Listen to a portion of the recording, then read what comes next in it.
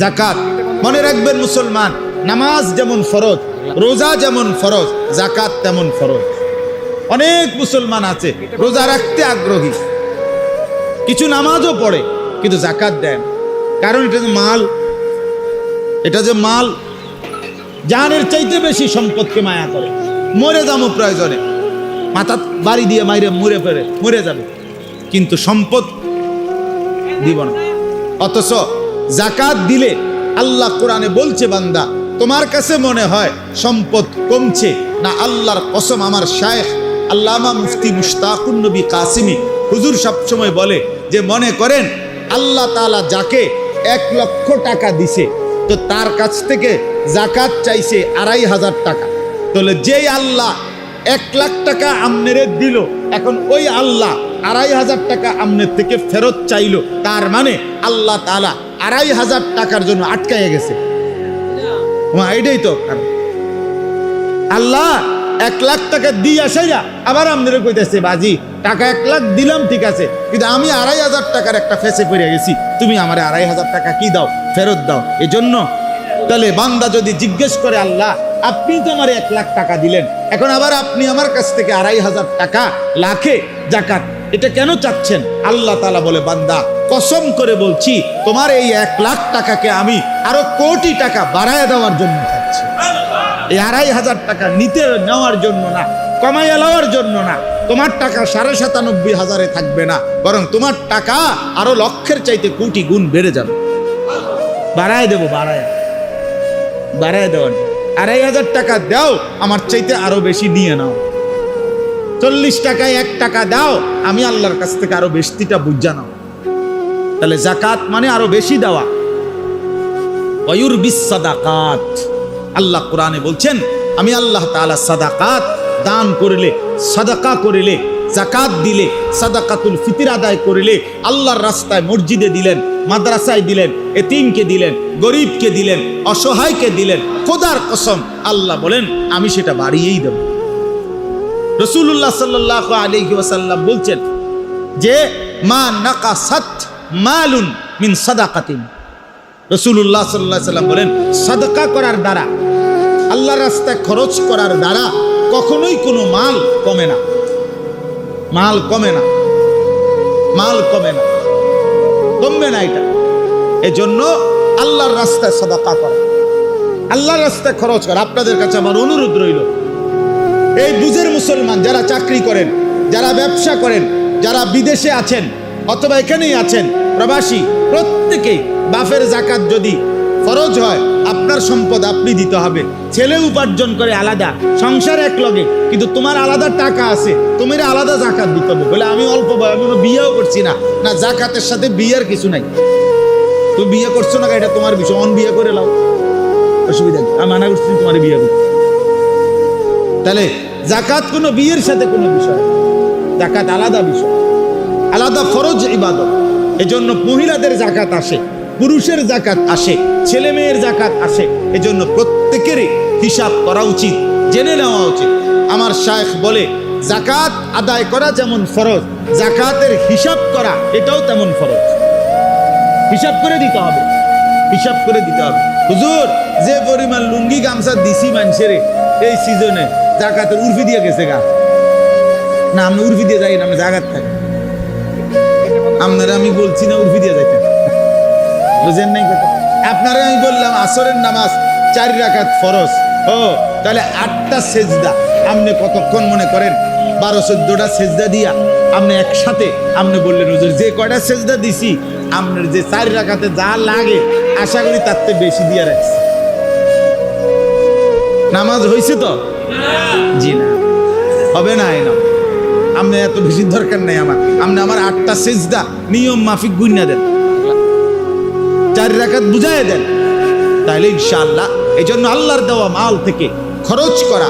যে মানুষ জাকাত দেয় না সে বখিল, যে সাদাকাতুল ফিতর আদায় করে না সে বখিল, যে দান সদকা করে না সে বখিল, সে কৃপণ। আর আল বখিলু আদুউল্লাহ, কৃপণ ব্যক্তি আল্লাহর দুশমন, আল্লাহর দুশমন। এইবার চলেন আরেকটু, অসুবিধা নাই, নামাজ আজান একটু পরে হবে, বাকিগুলো আমি তর্জমা বলবো শুধু, মানে এই 3টা কথা শেষ মূলত। তাহলে 1 নাম্বার কোরআনুল কারীমের তেলাওয়াত বলেন কি?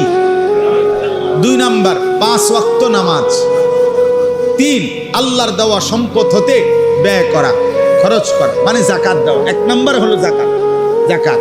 তাইলে যে ব্যক্তি নিয়মিত কোরআনুল কারীম তেলাওয়াত করে, 5 ওয়াক্ত নামাজ আদায় করে, আল্লাহর দেওয়া সম্পদ থেকে খরচ করে, আল্লাহ বলেন ইয়ারজুনা তিজারাতান লান তাবুর, এই মানুষটা এমন একটা ব্যবসার আশা করে যেই ব্যবসার লান তাবুর, কখনোই লস হবে না।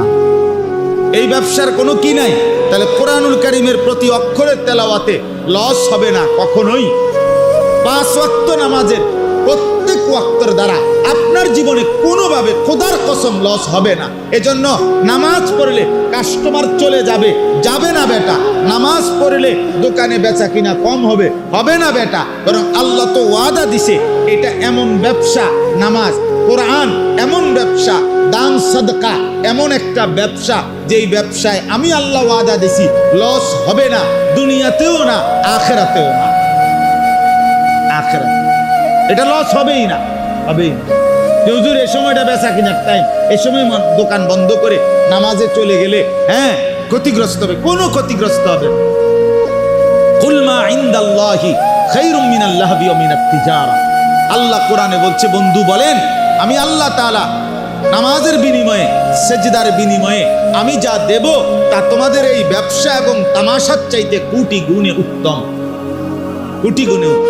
তাইলে এই কথাটা আপনারা বুঝলেন যে এই 3টি আমল, কোরআনুল কারীমের তিলাওয়াত, 5 ওয়াক্ত নামাজ এবং নিজ সম্পদ থেকে আল্লাহর রাস্তায় খরচ করা, এমন একটা ব্যবসা যে ব্যবসায় কখনোই কি হবে না, বলেন না কি হবে না। আচ্ছা, তাহলে আসবে 2টা। একটা হলো পুঁজি ফেরত আসবে, অর্থাৎ ন্যায্য যেটা এটা আগে পাবে। আরেকটা হলো অতিরিক্ত লাভ হবে। তা আল্লাহ এখানে বলছে এবার দ্বিতীয় আয়াতে, লিওয়াফিয়াহুম উজুরাহুম, আমি আল্লাহ আমার ওই বান্দাদেরকে যারা কোরআন তেলাওয়াত করবে, নামাজ আদায় করবে, দান সাদাকা করবে, আমি তাদেরকে এই আমলের বিনিময়ে যা এটা পূর্ণ দেব। ওয়ায়াজিদাহুম মিন ফাদলিহি, সে পাইতো যেদ্দুর এদ্দুর তাকে আগে প্রথমত ফেরত দেব, এরপরে আমার দয়া, আমি আল্লাহর অনুগ্রহ থেকে এবার আমি বাড়াইতে থাকবো। ওই যে কইলাম আগে কি পাইবেন, পুঁজি পাইবেন, এরপরে কি আরো লাভ হইব। তো এবার আল্লাহ বলে, প্রথম তুমি নামাজ পড়ছো, একটা সেজদা দিছো, তো একটা সেজদা দিয়ে যে দূর পাও না এটা তুমি আগে পাইবা, এরপরে তুমি যা পাইলা এইটার উপরে আমি আল্লাহ এবার বাড়াইতে থাকব। 1 অক্ষর তেলাওয়াত করিলে কয় নাকি 10। তো আল্লাহ বলে যেন যে বান্দা এই প্রথম 10 ফেরেশতা তোমার এর মধ্যে লিখলো, তোমার পাও না তুমি পাইলা, এবার তোমার 10-এর উপরে আমি অতিরিক্ত দিতে থাকবো। এবার যদি বলি আল্লাহ আপনি অতিরিক্ত দিবেন কদ্দুর, তো আল্লাহ বলবেন বান্দা আন্দাজ করে তো আমি দিতে পারি কদ্দুর, তুমি বলো, তুমি কো না আমি কত বড়, আমি দিতে পারি কত বড়। আল্লাহ কত বড় করে আন্দাজ আছে? কেউ পারবে আন্দাজ করতে? এবার যদি বলে আমার শায়েখ আল্লামা মুফতি মুশতাকুন নবী সাহেব হুজুর বলে, আল্লাহকে যদি জিজ্ঞেস করি আল্লাহ আপনি দিবেন কতক্ষণ দিবেন, বাড়াবেন কতদিন, কতক্ষণ? আল্লাহ তাআলা বলবেন বান্দা আমি আছি যতক্ষণ, বাড়াইতে থাকবো ততক্ষণ।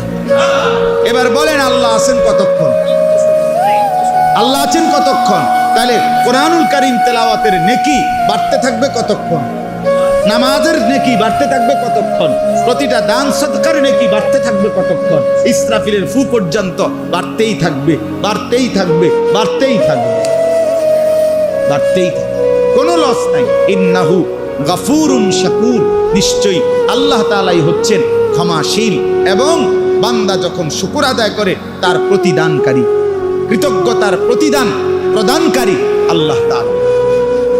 ওয়াল্লাযী আওহাইনা ইলাইকা মিনাল কিতাবি হুয়াল হাক্কু মুসাদ্দিকাল লিমা বাইনা ইয়াদাইহি, এগুলোর আর ব্যাখ্যা হবে না, শুধু তরজমা শুনেন। আল্লাহ তাআলা বলেন নবী আপনার উপরে আমি যে কোরআন নাজিল করেছি হুয়াল হক, এটাই সত্য। কোনটা? কোরআন। সবচেয়ে সত্য কিতাব কোনটা? কোরআন।